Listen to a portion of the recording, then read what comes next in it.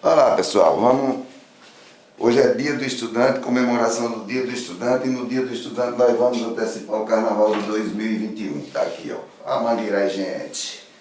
Então, estamos começando hoje a nossa terceira etapa.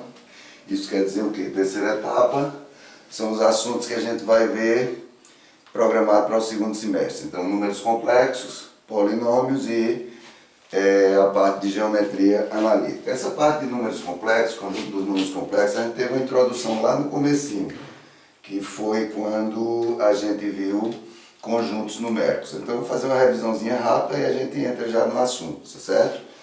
Então vocês devem lembrar disso que eu falei.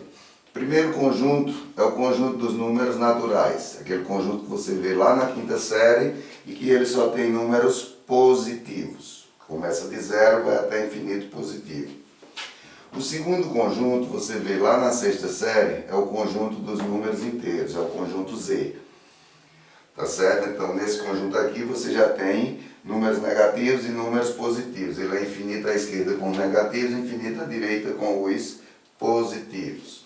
Lembra que isso aqui não quer dizer IN não, é só um tracinho que a gente coloca para definir o conjunto. Depois vem o conjunto, ainda na sexta série, o conjunto de racionais, sexta, sétima série por aí. Conjunto de racionais já entra todos os números positivos e negativos e, além deles, vai entrar os decimais e os fracionários. Além disso, as dízimas periódicas. Aí vem ainda na sétima série o conjunto dos irracionais, tá certo? Tem autor que coloca irracionais junto com racionais ou coloca ele num conjunto separado. Nos irracionais já entram as raízes não exatas. Depois, lá na oitava série, vem o conjunto dos reais. O conjunto dos reais já tem tudo isso aqui que tem nos outros, e além disso, as raízes que são exatas. Quando chega no terceiro ano, é que você vai ver o conjunto dos números complexos.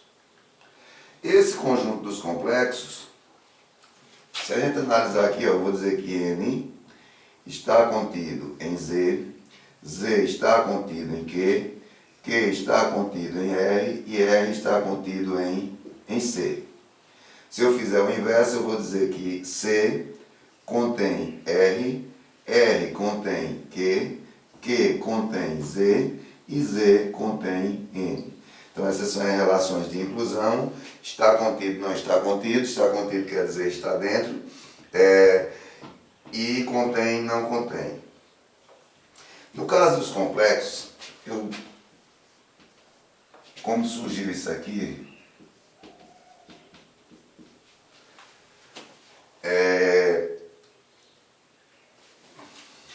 vou fazer a inversão aqui. Tá 4 e 5. Eu tenho a equação de segundo grau, x ao quadrado mais 4x mais 5. Vocês devem lembrar que a formulazinha de Bhaskara ou o discriminante, eu gosto muito de usar o discriminante, B2 menos 4AC, pode acontecer três coisas com esse valor de delta. Ele pode ser positivo, pode ser negativo ou ele pode ser nulo. Quando delta é positivo, você vai ter sempre a raiz x' e x2'. Sempre vai existir as duas raízes. Quando delta é negativo, não existe raízes reais. Você sempre diz isso. Não existe raízes reais. Vem até aqui o conjunto de reais. E quando delta é igual a zero, é porque as duas raízes elas são iguais. Pronto, então toda vez que a gente resolvia uma equação em que o discriminante era nulo ou era negativo, a gente dizia logo, não existem reais, conjunto verdade, vazio. Então o que é que nós temos agora? Se eu for resolver essa equação, eu vou ter delta é igual a b ao quadrado, 16, 4 ao quadrado, 16, menos 4ac, então menos 4 vezes 5 vai dar menos 20, 16 menos 20, menos 4. Então até agora você dizia, ó, delta negativo, não existe nos reais, conjunto verdade, vazio. Só que a gente vai poder continuar isso aqui, ó, por quê? Porque dentro do conjunto dos complexos nós vamos usar o I como uma unidade imaginária. essa unidade imaginária foi adotado para ela que i ao quadrado é igual a menos 1. Isso aqui vocês têm que ter sempre em mente. Então, para a unidade imaginária, i, então i ao quadrado é igual a menos 1. Continuando aqui a nossa equação, nós vamos ter o quê? Que x é igual a menos b, mais ou menos a raiz de delta, sobre 2a. Então, eu vou ter o quê? Substituindo menos b, menos 4, mais ou menos a raiz de delta, raiz de menos 4, sobre 2 vezes a. Então, 2 vezes 1, não vou nem colocar, 2 vezes 1, 2. O valor de a é igual a 1. Lembra que a equação é ax2 mais bx mais c igual a 0. Então, olha, essa raiz de menos 4, que não existe dentro dos reais, ela vai existir aqui dentro do conjunto dos completos, utilizando a unidade imaginária. Então, nós vamos ficar com x igual a menos 4, mais ou menos raiz de... Esse menos 4, eu vou fazer isso aqui, ó, 4i ao quadrado, dividido por 2. Antes de colocar o i ao quadrado, para você entender, eu vou colocar aqui, ó, 4 vezes menos 1, porque você vê que não altera. Menos 4 é a mesma coisa que 4 vezes menos 1. Esse menos 1, agora sim, vamos substituir ele pela unidade imaginária. X é igual a menos 4, mais ou menos raiz de 4i ao quadrado sobre 2. Então, x vai ser igual a menos 4, mais ou menos 2i sobre 2. Daqui eu vou tirar as duas raízes. A primeira, menos 4 por 2 vai dar menos 2, mais 2i por 2 vai dar mais i. Essa é a primeira raiz. A segunda, menos 4 por 2 dá menos 2, e menos 2i por 2 vai dar menos i. Então, nós vamos encontrar como raízes menos 2 mais i e menos 2 menos i. Então, a equação que não tinha solução dentro dos reais, ela passa a ter solução dentro dos completos. Vamos apagar isso aqui, ó. E nós vamos ver as potências de i. As potências de i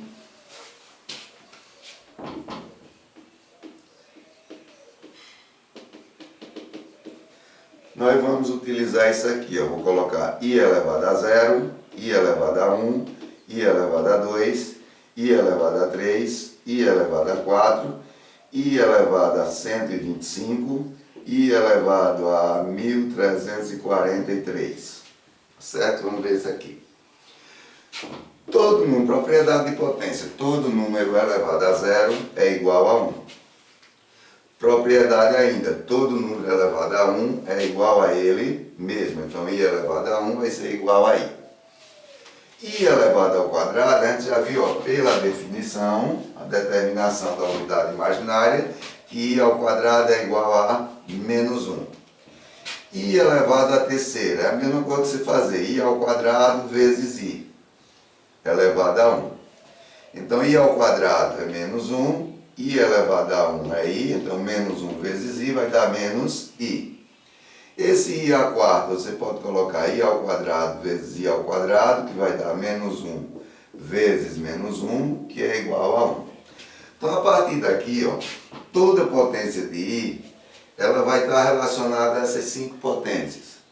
Isso vai depender do resto. Eu coloquei i elevado a 125. Então, você vai pegar esse 125 e vai dividi-lo por 4. O resto vai ser sempre menor do que 4. Então, vamos lá. 12 por 4 dá 3, sobra 0. 5 por 4 dá 1, vai sobrar 1. Então, i elevado a 125 é a mesma coisa que i elevado a 1. Você vai trabalhar com o resto. I elevado a 1 é igual a i. Depois, 1343, a mesma coisa, ó, sempre vai dividir por 4. 13 por 4 dá 3, vai sobrar 1. 14 por 4 dá 3, vai sobrar 2. 23 por 4 dá 5, vai sobrar 3. Então, é a mesma coisa que i elevado à terceira. I elevado à terceira, a gente já calculou aqui e encontrou menos i. Então, qualquer potência de i, você vai trabalhar dessa forma aqui. Depois nós vamos ter aqui a forma algébrica do complexo. Está apagando aqui. Forma algébrica do complexo. O que é que você vai ter aqui? Olha, você vai chamar esse número de Z. Pode ser qualquer letra, mas geralmente os livros utilizam Z. Z é igual a A mais BI. Então, essa é a forma algébrica dos complexos. Eu vou dando exemplos aqui, mas vocês vão ter lá no livro de vocês, é a partir da página 174. Tá certo? No livro de vocês, o livro que vocês pegaram esse ano, o assunto começa na página 174. Conjunto dos números complexos. Então, vocês vão acompanhando a aula pelo livro e os exemplos eu vou colocando aqui e a atividade eu mando para vocês. No complexo, esse A aqui, ele é chamado de parte real. Esse B aqui, ele é chamado de parte imaginária. Só o B, tá certo? Só o B. O I é a unidade imaginária. Então, o número que vem sozinho é chamado de parte real. O número que vem acompanhado da unidade imaginária é parte imaginária. Como se eu tivesse aqui, Z é igual a 2 mais 3i. Parte real 2, parte imaginária 3. Tá certo? Não vai ler parte imaginária 3i. Eu posso ter isso aqui, ó. Z é igual a x mais 3 mais 2x menos 5i. Eu posso dizer aqui, ó, se o complexo ele traz só a parte real, ele é chamado de complexo real. Se ele trouxer só a parte imaginária, tá certo? Isso quer dizer que ele vai ser chamado de imaginário puro. Você lembra disso aqui, ó. Se ele traz só a parte real, é porque a parte imaginária é igual a zero. Se ele traz só a parte imaginária, é porque a parte real é igual a zero. Como se eu tivesse A mais 0i, ou se eu tivesse 0 mais BI. Então, se vem uma questão lá e ele pergunta, qual o valor de x para que esse número seja real? Para ele ser real, a parte imaginária tem que ser zero. Então, o que é que eu vou fazer? 2x menos 5 igual a zero. Vou resolver uma equação do primeiro grau. 2x é igual a 5, negativo passa positivo, então x é igual a 5 meios. Se eu colocar aqui no valor do x, esse valor 5 meios, isso aqui vai se tornar igual a zero, então vai ficar só a parte real. Tá certo? Então a pergunta aqui é para que ele seja real. Se a pergunta fosse para que ele seja imaginário, para ele ser só imaginário, a parte real tem que ser zero. Então isso quer dizer que nós vamos ter x mais 3 igual a zero ou x igual a menos 3. Então isso aqui torna ele imaginário puro. Tá certo? Então lembra que a forma algébrica do complexo, ele vai colocar Z, eu coloquei Z ali, mas pode ser qualquer termo. Você vai pegar questões aí que ele diz o complexo W igual a tanto, é a mesma coisa, não vai alterar não, porque geralmente só usam o Z. Aí a gente vai ver, ó, conjugado do complexo. Se eu tenho Z igual a mais BI, o conjugado dele, o conjugado sem entrar no tracinho, você vai prestar atenção nas questões, vai ser A menos B, BI. O conjugado é só uma troca de sinal. Se eu tivesse Z igual a 2 mais 5i, o conjugado dele é igual a 2 menos 5i. Se eu tiver Z igual a menos 3 mais 2i, o conjugado dele vai ser menos 3 menos 2i. Lembra que no conjugado só muda o sinal da parte imaginária, não muda o sinal da parte real. Se eu tiver z igual a menos 2i, o conjugado de menos 2i vai ser mais 2i. Ok? Se eu tivesse aqui z igual a 5 menos 4i, o conjugado dele vai ser igual a 5 mais 4i. Então, toda vez que falar no conjugado, você lembra que vai mudar o sinal da parte imaginária. Daqui a gente entra nas operações com números com complexos, na forma algébrica. Vamos supor que eu coloque aqui Z1 é igual a 2 mais 3i, Z2 igual a menos 3 mais 5i, Z3 igual a, vou colocar aqui 3 menos 4i. Se eu quiser aqui, vamos para adição e subtração. Adição e subtração. Se eu dissesse aqui, calcule Z1 mais Z2 mais Z3. Estamos fazendo ali uma adição. Então teria o quê? 2 mais 3i, somado com menos 3 mais 5i, somado com 3 menos 4i. Então, na adição e na subtração, você vai operar com parte real com parte real, parte imaginária com parte imaginária. Aqui eu já posso ver que menos 3 com mais 3 eu posso cortar, vai sobrar só o 2. Na parte imaginária eu tenho 3i, mais 5i, 8i, 8i menos 4i vai dar mais 4i. Então isso aqui representa a soma de Z1, Z2 e Z3. Se eu quisesse aqui Z1 menos Z2 ou Z3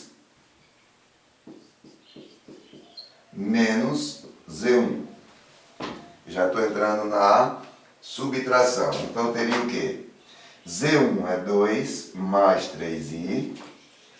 Como aqui eu tenho menos, ou eu coloco Z2 entre parênteses, ou então já faço o jogo de sinal aqui direto. Ó. Menos por menos vai dar mais 3, e menos por mais vai dar menos 5i.